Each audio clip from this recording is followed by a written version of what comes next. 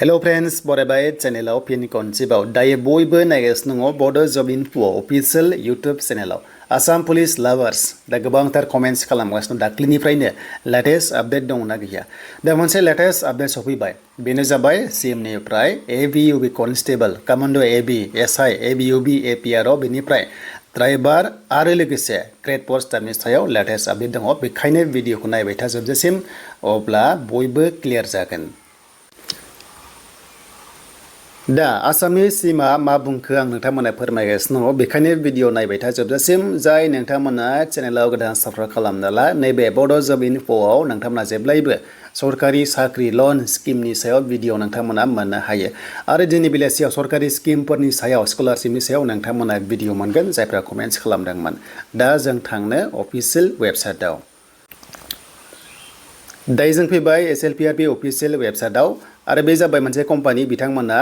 सरकारजों contract खालामनानै माने जेनेखि आसाम पुलिसनि साख्रिखौ बिथांमोना इन्टारभिउखौ कन्डाक्ट खालामना होयो आरो रिटेन एग्जामखौ सेबाय खालामो आरो बेनिफ्राय लास्टआव मेरिट लिस्टखौ सेबाया जेनेखि हरनायखौ नैबे SLPRBआव पाब्लिश खालामना होनाय जायो दा बेखौ जों मिन्थिगौ दानिया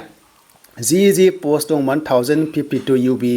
एबिया खम दङमोन बेनिफ्राय माखासे एसआइफोर दङमोन APR दङमोन ड्राइभार दङमोन मेसेन्जार दङमोन बेनिफ्राय ग्रेड पोस्ट स्टाफ दङमोन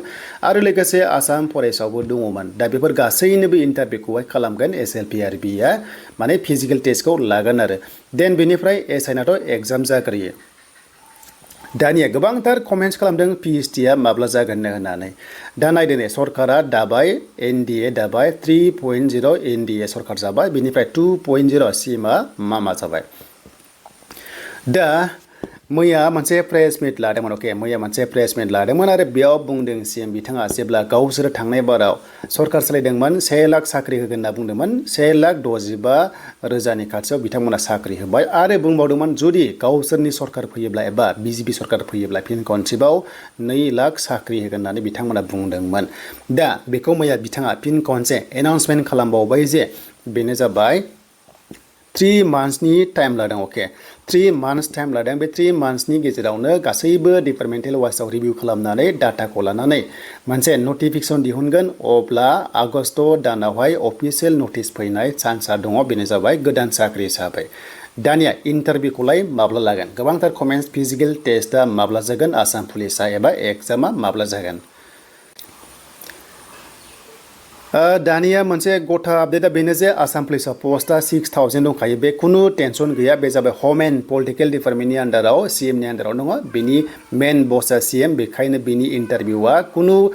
माने पस्टपन जानायनि बा केन्सेल जानायनि खोथा गैया जायखिजाया रिलिज जागोन नाथाय बिथांमोना 3 मान्थ्स टाइम लादों नालाय 3 मान्थ्सआव गुबुन गुबुन लाइन डिपार्टमेन्ट्सखौहाय डाटाखौ लागोन नाथाय आसाम पुलिसआव थक दंखायो खुनु टेनसन गैया बेखायनो जायफ्रा फिजिकल टेस्टनि थाखाय रेडि जादों फिजिकल टेस्टनि थाखाय प्रेक्टिस खालामबाय था नाथाय माब्ला जागोन जों बुङोब्ला दाथ' दैज्लां बोथोराव फिजिकल टेस्टआ जाया अके आगस्ट दानसिम फिजिकल टेस्टआ जायोबा हमना ला अक्ट'बर आरो नभेम्बर आरो डिसेम्बराव बियो जानाय चान्सआ दङ फिजिकल टेस्टआ अके देन बेनिफ्राय एग्जाम होनोबा हमना ला जानुवारि फेब्रुवारि आरो मार्च बेखिनियाव एग्जाम जाहैनो हागौ माने कन्डिशना बेबायदि जाना दङ बेनिफ्राय एपइन्टमेन्ट लेटारा 2027 आवसो बियो चान्सआ दंसै आसाम पुलिसनि दानि भेकेन्सिया नाथाय बेनि गेजेरावनो जायफ्रानोखि SI आव एप्लाइ खालामदों SI लेभेलाव नाथाय एग्जामा देग्लायनो जागोन अके स' एग्जामा देग्लायनो जागोन एग्जामा दैज्लांजों खोथा गैया आसाम पुलिसनि SI निया एग्जामा जाग्रोगोन लोगोसे मोनसे सबसे मोजांसिना जाबाय ग्रेड